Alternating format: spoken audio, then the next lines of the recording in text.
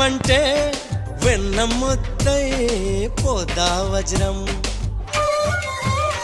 నీ ఛాతీ విఖ్యాతి ఆ తెలుసులే మేలేత నా బుగ్గలో ముటిమకు.